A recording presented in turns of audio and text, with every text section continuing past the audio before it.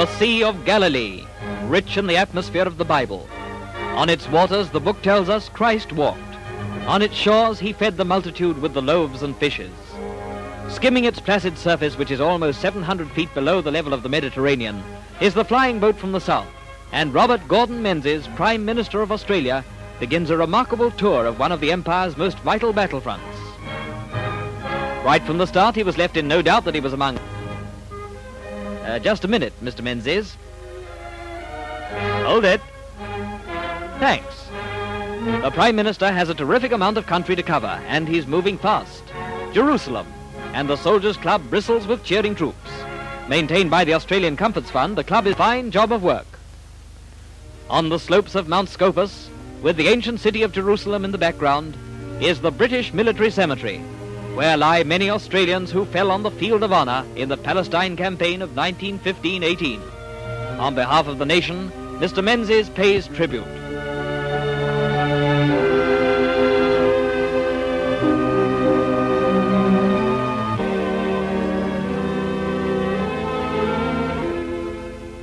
At Bir Yaakov is a general hospital where wounded from the battlefields of Bardia and Tobruk recuperate in comfortable surroundings.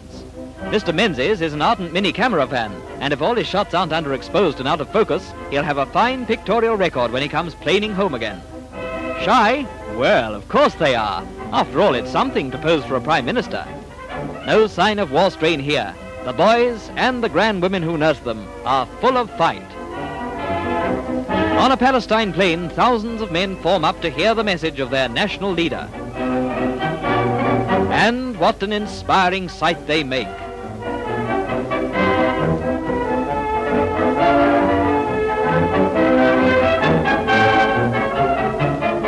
The best Australia has to offer, flower of her youth, and worthy sons of those who fought the Empire's battles on these very sands 25 years ago.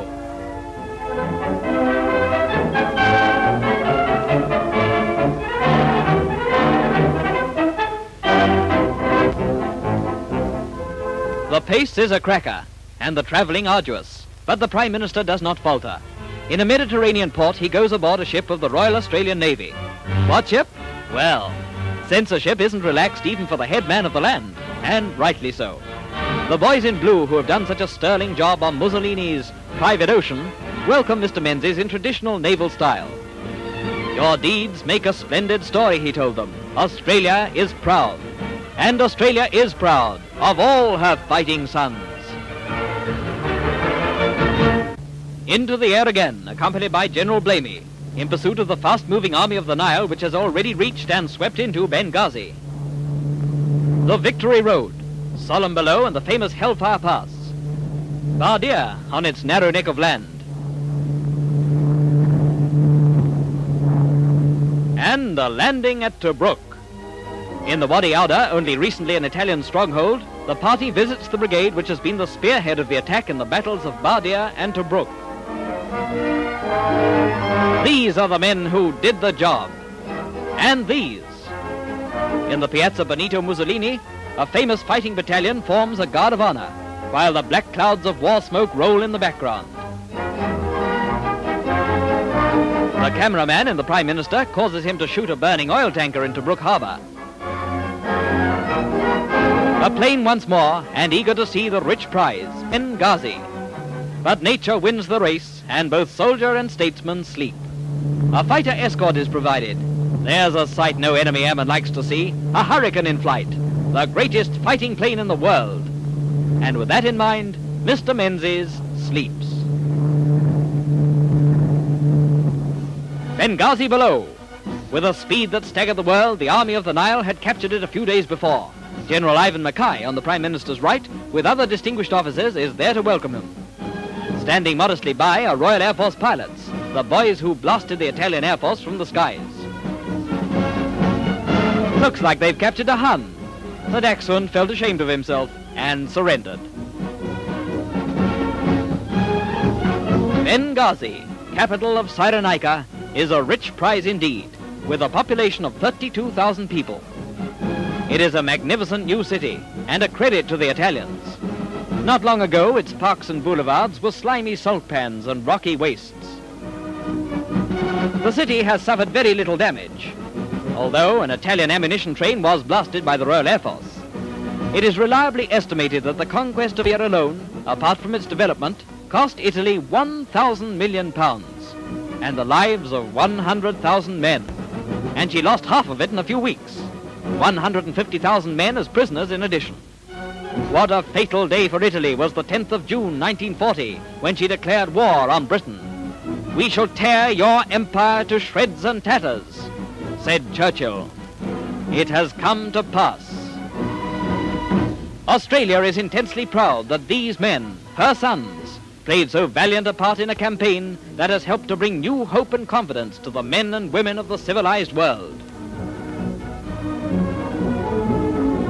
And Australia pays tribute also to a wartime leader who, in the face of criticism, not always just, has carried on to gather together for us a war effort which history may well record in striking terms. What message do I bring to you from your own people? In the homely phrase that you and I have used in our letters since we were children, I bring you the love of your own people. If every father, every mother, of every man present could speak through me with one voice, he would wish me to say to you, we are thinking of you. Our thoughts are with you. Our prayers are with you. We are confident that you will do all and dare all for the sake of your country.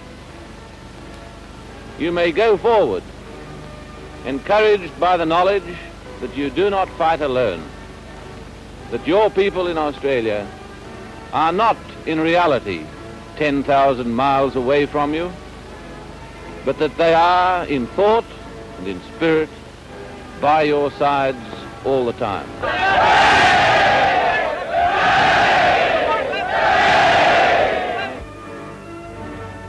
Whatever road destiny may point, the men of Australia are ready to tread and will not falter until victory has been won. The AIF marches on.